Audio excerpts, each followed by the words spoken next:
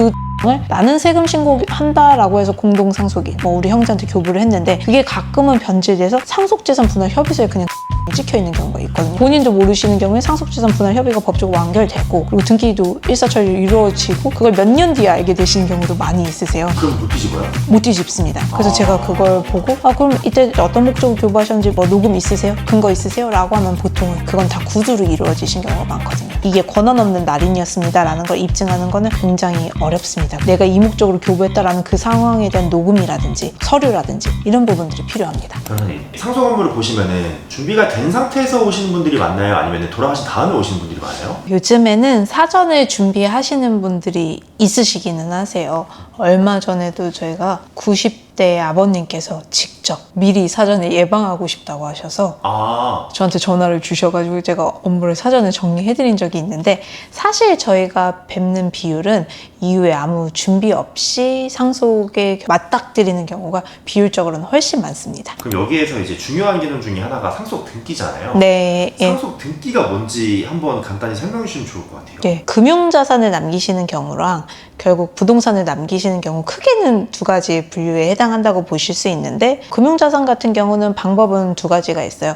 모든 상속인들이 협의해서 날인된 상속 분할 합의서를 내면은 금융기관에서 그 합의서에 따라서 출금을 해줄 수가 있고 아니면은 결국 소송해서 상속재산 분할 심판 청구 소송한 거를 가져간다거나 아니면 예금반환 청구 소송해서 법원에서 주라는 비율을 가져가면은 그거에 따라서 출금을 해주는데 부동산의 경우에는 어쨌든 이제 만약에 망인이 돌아가셨고 상속인들이 세 분이 있다라고 하면 그거를 법적 지분으로 등기를 하든 아니면 합의를 해서 등기를 하시든 아니면 판사가 때려주는 판결에 의해서 등기를 하든 세 가지 중에 하나를 선택을 하셔서 문제를 해결을 하셔야 되거든요.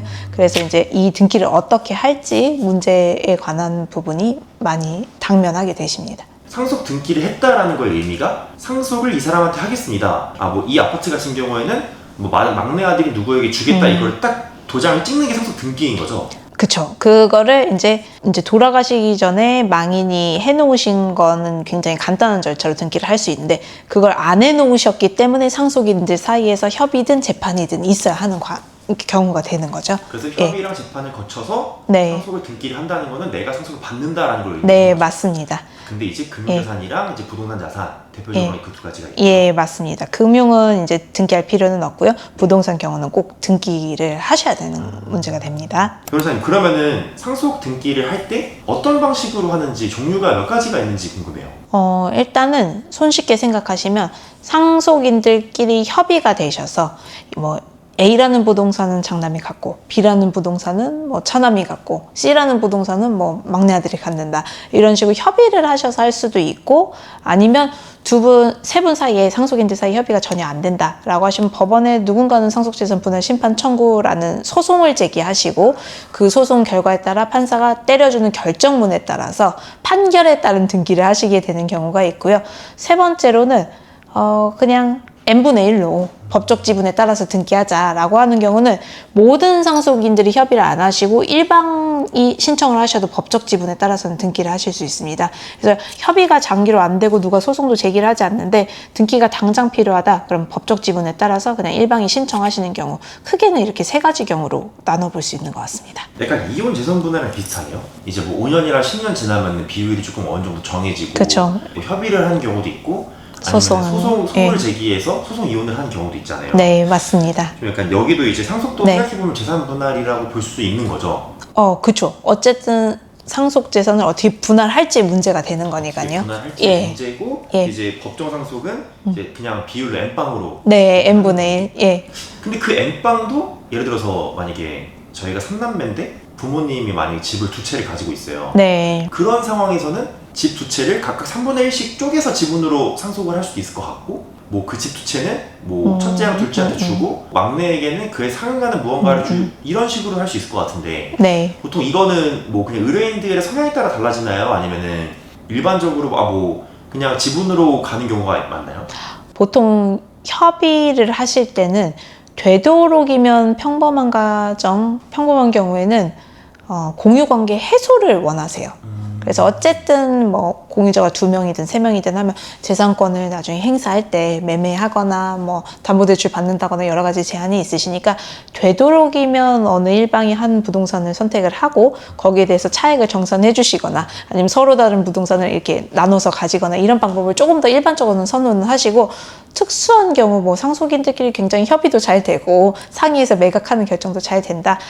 그리고 또 부모님 중에 한 분이 살아계셔서 그 일방 배우자가 살아계실 때까지 그 수익되는 부동산의 수익이 이분의 생계 유지에 도움이 된다거나, 부친이 돌아가셨는데 모친이 그 집에서 거주를 하셔야 된다거나 이런 특수 사정이 있는 경우에는 오히려 공유를 선호하시는 케이스도 있습니다. 그런데 통상적으로는 공유물 분할을 나중에 또 해야 되는 문제가 될 수 있기 때문에 그 공유 관계를 해소하는 방법을 더 원하십니다. 좀 약간 지분을 찢는 건 좀 머리가 아픈 거죠? 지분으로 하면은 나중에 어쨌든 상의를 하셔야 되는 문제가 되고, 그게 또 대를 걸러서 지금은 뭐 형제 2분이 굉장히 사이좋게 잘 이제 협의를 해서 하실 수 있는 단계지만 그 뒤에 한 대 걸리면 공유자가 4명이 될 수도 있고 5명이 될 수도 있고 그분 중에 한 분이 미국에 거주하시게 되고 이런 경우도 많이 있으세요. 그래서 일반적으로는 공유 관계를 해소하는 거를 더 저희는 좋은 방법이라고 권고를 해드립니다. 보통 그럼 상속 분쟁은 분쟁이 있는 거는 돌아가신 이후에 보통 분쟁이 있으니까 그렇죠. 찾아오신 다음에 몇 개월 정도 걸려요? 상속 분쟁은 기본적으로는 최소한 6개월, 일반적으로는 한 1년, 그리고 오래 가는 경우는 1년 반 정도도 가는 경우도 있습니다. 그것도 약간 이혼이랑 비슷하네요? 예, 재산 리스트가 복잡하고 서로 어떤 자식이 언제 뭘 가져갔다 이런 특별수익 주장이 많고 많을수록 더 오래 걸릴 수 있습니다. 그 과정 중에 막 이렇게 바뀌기도 하나요? 네, 뭐 어머니 유지가 A는 장남, B는 뭐 장녀, C는 차남이 가져라 이렇게 하셔서 다 가족끼리 뭔가 유언공증 같은 법적 조치는 안 해놓으셨지만 그게 공공연한 어머니 유지이셨고 다 알고 있다고 하더라도 그런 부분들 때문에 뭐 다 이렇게 하지 말고 평등하게 다 공유로 해결하자 이렇게 하는 의견이 나올 수도 있습니다. 하다가 그러면 약간 엎어지기도 하는 거죠? 그럼요. 많이 가지면 또 이렇게 상속을 할 때 머리가 아플 수밖에 없는. 네. 부모님 좀 이른 나이에 오신 경우도 있나요? 네, 그렇죠. 갑자기 뭐 사고나 갑작스런 질병으로 뭐 예상치 못하게 사망하시게 되는 경우에는 이런 문제가 대비를 못 하셨기 때문에 발생하는 경우가 많이 있을 수 있습니다. 근데 이제 막 데뷔를 한다고 했을 때 뭐 예를 들어서 진짜로 지긋하신 분들이 보통 오시는지 아니면은 지긋하진 않은데 혹시 뭐 줄 게 많은 거죠. 줄 게 많으니까 일단은 미리 좀 준비를 하시는 분들이 있는지 좀 궁금해요. 굉장히 좀 지긋하신 분들이 오시는 경우가 더 많고요. 근데 이게 너무 연세가 많이 들어서 준비를 하다 보면은 좀 어려움이 있을 수 있는 게 이런 저희가 뭔가 유언공증을 한다던가 법적 프로세스를 준비를 하려면 유언을 하시는 분의 명확하고 또렷한 의사가 필요한데 그 연세가 많으실수록 경도인지장애가 검사를 했을 때 나올 수 있는 확률이 있습니다. 그렇게 되면 이런 절차들이 무용해지거나 했다고 하더라도 나중에 무효화되거나 다툼의 가능성이 또 이어질 수가 있기 때문에 사실 저희 변호사들이 권고해드리는 것은 건강할 때 미리미리 만에 하나의 사태를 준비하시는 거를 더 권고를 해드립니다. 그런 경우에는 보통 자녀분이 뭐 제안을 해서 같이 오시나요? 아니면 부모님이 직접 오시나요? 요즘에는 어머니, 아버님들께서 스스로 먼저 예견하시고 준비를 하시려고 하는 경우가 더 많으세요. 제가 지지난주랑 처리했던 건들도 아까 말씀드렸다시피 90대 아버님이 먼저 분쟁을 예방을 하시려고 아들한테는 생전에 이렇게 많이 주셨다. 남은 거는 딸한테 주고 싶다라고 하셔서 저한테 먼저 연락 주셔서 오신 분도 계셨고요. 뭐 연세 많으신 분들이 어머님, 아버님 입장에서 하시는 경우가 꽤 많이 있습니다. 그러면 사실 이 영상을 보고 계시는 좀 자산가 분들 중에서 좀 연세가 조금 있으신 분들은 그래도 내 정신이 좀 또렷할 때 미리 찾아오시는 게 서로 좋겠네요. 네, 그리고 사실 연세 많이 안 되셨다고 하더라도 이제 자녀들 자산이 너무 복잡하시다거나 아니면 가족 관계가 복잡한 경우 그리고 자녀들끼리 어떤 분쟁 상태가 지금 생전의 상황에서도 예상되는 경우에는 그런 걸 미리 막기 위해서 오시는 경우가 많이 있습니다. 네, 좋습니다. 상속 등기를 예를 들어서 아버지가 돌아가셨다. 그럼 돌아가신 시점으로부터 얼마 안에 몇 개월 안에 해야 된다 이런 조항이 있나요? 아니요, 꼭 그렇지는 않습니다. 이게 세금 같은 경우에는 상속세 신고를 6개월 안에 해야 되고 뭐 취등록세 납부해야 되고 이런 절차적 규정들이 있지만 등기 자체는 어떤 제한을 두고 기간적 제한을 두고 있는 거는 없습니다. 그래서 가끔 그 상속세 신고 기간 6개월을 뭔가 상속 업무를 완결해야 되는 기간으로 생각하셔서 그거에 뭐 쫓기듯 도장을 주시거나 이런 케이스가 있을 수 있어요. 근데 그 도장을 나는 세금 신고한다라고 해서 공동상속인, 뭐 우리 형제한테 교부를 했는데 그게 가끔은 변질돼서 상속재산 분할 협의서에 그냥 그 도장이 찍혀 있는 경우가 있거든요. 그래서 본인도 모르시는 경우에 상속재산 분할 협의가 법적으로 완결되고 그리고 등기도 일사천리로 이루어지고 그걸 몇 년 뒤에 알게 되시는 경우도 많이 있으세요. 그럼 못 뒤집어요? 못 뒤집습니다. 그래서 제가 그걸 보고 그럼 이때 도장 교부하셨을 때 어떤 목적으로 교부하셨는지 목적에 대한 뭐 녹음 있으세요? 근거 있으세요? 라고 하면 보통은 그건 다 구두로 이루어지신 경우가 많거든요. 이게 권한 없는 날인이었습니다 라는 걸 입증하는 거는 굉장히 어렵습니다. 그거는 내가 이 목적으로 교부했다라는 그 상황에 대한 녹음이라든지 뭐 서류라든지 이런 부분들이 필요합니다. 그러니까 이거는 오로지 세금 목적으로만 준 거라는 걸 증명을 해야 되는데 맞습니다. 그런 거 없이 그냥 구두로 도장 언제까지 줘 이렇게 해서 했는데 되게 낭패겠네요. 맞아요. 저희가 지금 하고 있는 사건 하나도 우리 의뢰인이 아버님 돌아가셨는데 아버님 돌아가시고 사실 세 분 사이에 자녀들 사이에 모든 재산을 일단은 어머니가 상속하시는 걸로 구두 합의가 되셨어요. 그래서 누나가 처리해야 되니까 도장을 줘라고 해서 저희 의뢰인은 그렇게 구두 합의된 걸로 알고 도장을 교부했는데 사실 봤더니 20개의 재산 리스트 중에 알짜배기 한 5개는 본인이 가져가는 걸로 도장을 다 찍은 거예요. 그거를 나중에 아셨어요.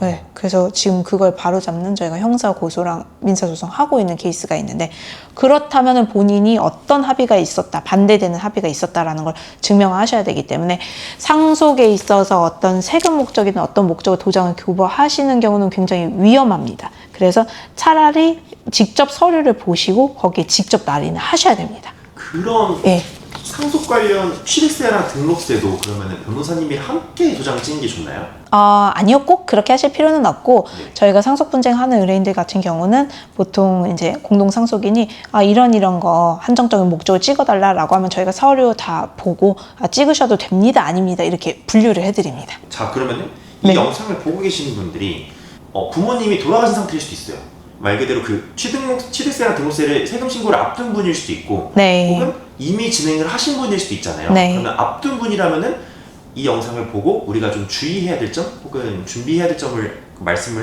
해드릴 수 있을까요? 네, 일단은 어떤 목적으로도 본인의 인감도장이나 인감증명서는 그냥 교부하시면 안 되고요. 어떤 한정적인 목적으로 인감증명서는 용도란이 항상 있습니다. 그래서 어떤 용도로 교부를 하는지 거기에 써놓으면 그게 굉장히 법적으로 강력한 증거가 될 수 있고요.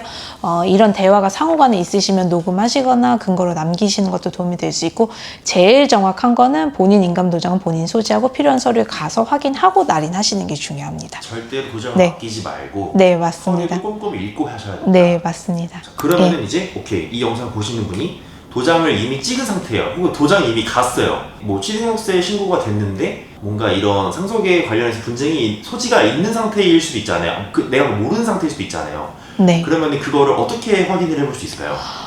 일단은 등기에 그 도장이 활용됐는지 의심이 가시는 상황이라면 그 망인 주소지의 등기부등본 빠르게 발급하셔서 먼저 확인하셔야 됩니다. 그러면 망인께서 상속을 한 자산의 등기부등본을 쫙 발급을 해가지고 누구 명의에 되어 있는지 확인을 해야 된다. 네, 맞습니다. 자, 그럼 확인을 했는데 슬프게도 작업을 친 듯한 그런 게 보였어요. 그럼 어떻게 해야 돼요? 빠르게 법률 전문가를 찾아가셔서 상담하셔야 됩니다.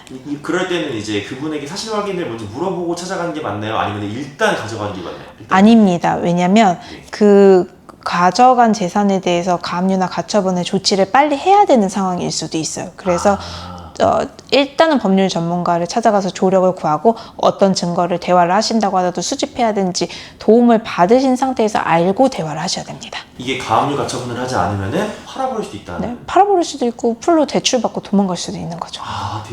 그게 더 빠르겠네요. 풀로 담보대출 땡기고 뭐 신용불량인데도 관계 없으시다. 그러면 두절 되실 수도 있는 거죠. 만약에 그러면 그래서 찍었어요. 그리고 법률 전문가를 찾아왔는데 이거를 뒤집으려면은 그게 나는 그 의도로 도장을 교부한 게 아니다라는 걸 증명을 해야 되는 거잖아요. 네, 증거가 있어야 됩니다. 그거를 만약에 그 증거가 없으면은 그냥 나의 모든 권한을 일임했다고 보나요, 법적으로? 네, 맞습니다. 도장을 주신 거는 처분 문서에는 그 문서가 찍혀 있고 도장이 본인 도장이 찍혀 있으면 그 거기 문서에 대해서 동의를 하신 거에 대해서 법적으로 인정을 합니다, 기본적으로. 그렇기 때문에 그게 아니었다는 걸 굉장히 무거운 입증 책임을 반증을 하셔야 됩니다. 예. 그럼 아까 설명해주신 예시는 형사고소랑 민사고소 진행을 하잖아요. 네. 그분 같은 경우에는 그게 좀 어머니께서 살아계시네요. 네. 그래서 그분도 누나를 믿었기 때문에 그 상황을 녹음하신 게 아무것도 없으셨어요. 네. 그냥 카톡도 뭐뭐뭐 서류 보내. 알았어지 어떤 목적이라는 게 전혀 없었거든요. 근데 네. 그 사건은 어머니께서 살아계셔서 어머니가 먼저 문제를 인지하신 상태, 대출에 대해서 불안해 하셨잖아요. 그리고 두 분이 모두 깜짝 놀라신 상태이기 때문에 세 분이 말씀 나누신 거기 때문에 어머니께서 객관적인 증인이 되시는 상황입니다. 예. 알겠습니다. 네. 그러면 마지막으로 네. 이 영상을 보신 분이 뭐 자산가 본인일 수도 있고 자산가 부모님을 둔 자녀분들인데 뭐 부모님이 돌아가시 전일 수도 있고 돌아간 후일 수도 네. 있고 돌아간 후인데 취득세나 등록세를 내기 전일 수도 있고 낸 후일 수도 있고 낸 후인데 알고 봤더니 내 도장이 약간 잘못 활용이 된 상태일 수도 있을 것 같아요. 그러면 이제 그분들에게 이 영상을 보고 계신 분들에게 뭐 간단한 조언을 해드리면서 마무리를 하면 좋을 것 같아요. 일단 자산가 본인이라면 일단은 저희가 상속 소송을 이렇게 청구하시는 입장이든 방어하시는 입장에서든 해보면 굉장히 웬만해서는 좀 하시지 말라고 제 개인적으로는 권고를 해드리고 싶어요. 왜냐면 1년 반 동안 법원 왔다 갔다 하시면서 물론 변호사가 다 처리하기는 하지만 가족끼리 또 옛날 일을 다 꺼내고 뭐 부부끼리 이혼 소송할 때도 서로 혼인생활 할 때 이야기가 다 나오는 거잖아요. 근데 상속 사건은 부모님을 가운데 두고 네가 잘했냐, 내가 잘했냐,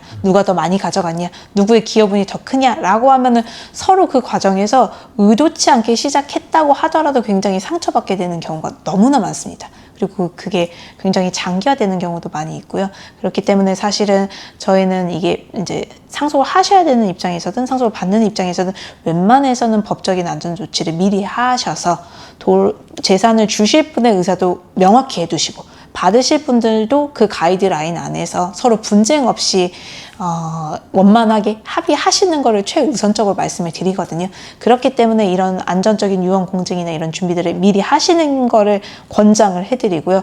사실 그걸 놓치셔서 향후에 소송하시는 거는 너무 생각보다 괴롭고 힘든 일이 될 수 있습니다. 그래서 그걸 먼저 안전조치 하시라는 걸 권고를 해드리고, 그리고 만약에 이제 돌아가신 이후에 어떤 정리를 하셔야 되는 입장에서는 본인 인감 도장은 잘 챙기셔라 라고 조언을 해드리고 싶습니다. 네, 알겠습니다. 오늘 그러면은 상속 등기를 앞둔 분들을 위해서 영상 촬영을 했습니다.